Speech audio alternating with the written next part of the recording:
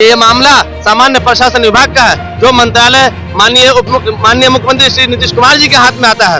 और अगर वो चाह ले तो आज के आज हम लोगों का मामला हल हो सकता है। जैसे कि बीएसएससी में अभी सीजीएल वाले को रिजल्ट 15 तारीख से काउंसलिंग हुई और लास्ट सैटरडे को उन लोगों का रिजल्ट आ गया।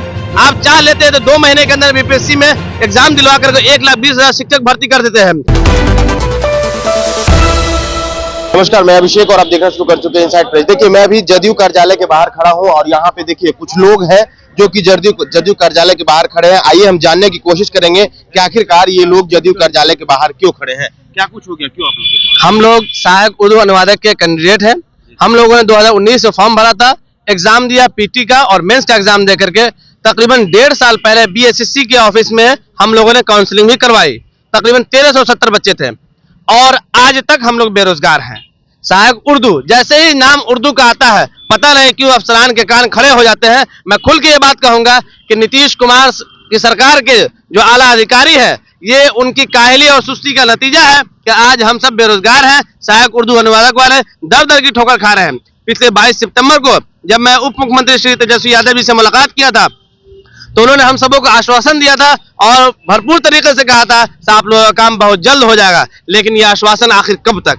यह आश्वासन आखिर कब तक? मंत्रियों में जमा खान साहब से, शमीम साहब से, इस्राइल मंसूरी साहब से, आपदा प्रबंधन मंत्री शहनवाज साहब से और दीगर अफसरान से और भी कई नेताओं से हम लोगों ने मुलाकात की, लेकिन उस मुलाकात का कोई नतीजा नहीं है। उसके पीछे कारण यह है कि ये मामला सामान्य प्रशासन विभाग का है, जो मंत्रालय माननीय मुख्यमंत्री श्री नीतीश कुमार जी के हाथ में आता है। और अगर वो चाह ले तो आज के आज हम लोगों का मामला हल हो सकता है। जैसे कि बीएसएससी में अभी सीजीएल वाले को रिजल्ट 15 तारीख से काउंसलिंग हुई और लास्ट सैटरडे को उन लोगों का रिजल्ट आ गया।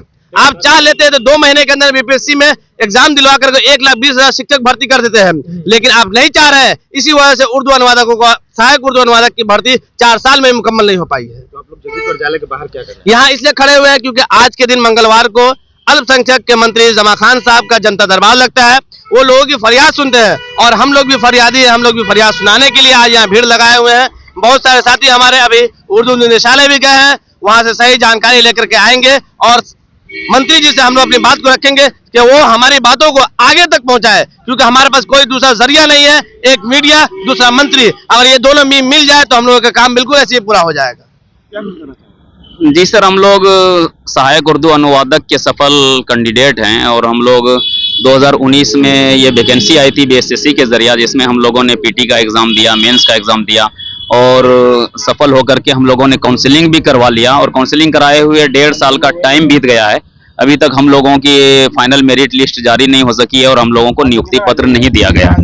इसीलिए हम लोग आज यहाँ पर इस कड़ाके की ठंडी में आए हैं ताकि हम अपनी बातों को माननीय अल्पसंख्यक मंत्री श्री जमा खान साहब के जरिया से माननीय मुख्यमंत्री श्री नीतीश कुमार जी तक पहुंचा सकें और पहुंचाने में कामयाबी हासिल कर सकें कि वो जल्द से जल्द अपने मंत्रालय से हम लोगों को जल्द से जल्द नियुक्ति पत्र देने का काम करें। और उनसे मुकम्मल उम्मीद के साथ आज हम यहाँ पर पटना में आए हुए हैं। क्या लगता है? लगता क्या है सर? लगता तो यही है कि हमारी बातें सुनी जाएंगी, लेकिन ये वक्त बहुत ज्यादा लंबा हो गया है।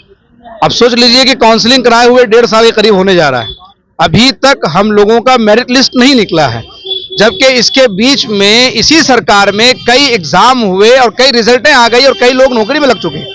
आपको याद होगा जब सहायक नहीं, उर्दू अनुवादक की ज्वाइनिंग लेटर को जब नीतीश कुमार बांट रहे थे, गांधी मैदान में मेला लगा था, रोजगार मेला के सूरत में, 1 साल से करीब करीब हो गया है, तो वो जब दे रहे थे उसी वक्त उन्होंने ये कहा था कि इसी के सहायक अनुवादक वाले 1294 अभ्यर्थी हैं जो सफल हो गए हैं, बहुत जल्द हम लोग उनको भी जो है देने जा रहे हैं। और आज तक पता नहीं चला। आज 1 साल होने को आया, उसके बाद 1 साल का लंबा इतना टाइम हो गया कि हमें आज तक इसकी खबर नहीं मिली। लेकिन इस उम्मीद के साथ कि सहायक उर्दू अनुवादक के ये अभ्यर्थी जो ठंडी को ठंडी नहीं समझ रहे हैं, भूख को भूख नहीं समझ रहे हैं, ये औरतें, ये बच्चियां, ये लड़के, ये नौजवान जितने भी हैं, ये सब के सब इसी उम्मीद के साथ आज आए हैं कि शायद हमारी बात सुनी जाए। हम लोग बहुत ठोकरें खा रहे हैं सर, हमारी बात को वहां तक आप पहुंचाइए। क्या कुछ समस्या है आप लोग?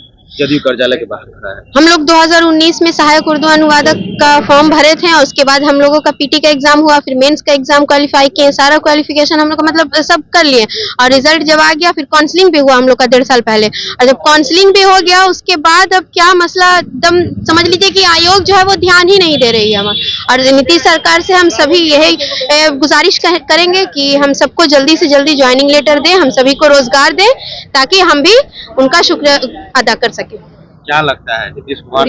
अब ये लगता है नीतीश कुमार जी से कि अब आश्वासन का वक्त नहीं है, अब एक्शन लें। अब हम लोग को जल्द से जल्द हम लोग को नियुक्ति पत्र बांटे। अगर एक्शन नहीं लिए तो फिर आप लोग नहीं लेंगे, हम लोग को पूरी उम्मीद है उनसे, उम्मीद है, पूरी उम्मीद है कि वो एक्शन लेंगे। तो आप लोगों ने सुना कि ये जो है कि उर्दू सहायक अनुवादक है और ये लोग जो है कि 1.5 सालों से जो है कि अपने ज्वाइनिंग के लिए इंतजार में खड़े हैं, लेकिन अभी तक इन लोग की ज्वाइनिंग नहीं मिली है। क्या कुछ समस्या है इन लोगों ने बताया, फिलहाल देखता है। आप क्या सोचते हैं अपनी प्रतिक्रिया कमेंट बॉक्स में जरूर दें। बने रहें इंसाइड प्रेस के साथ। धन्यवाद।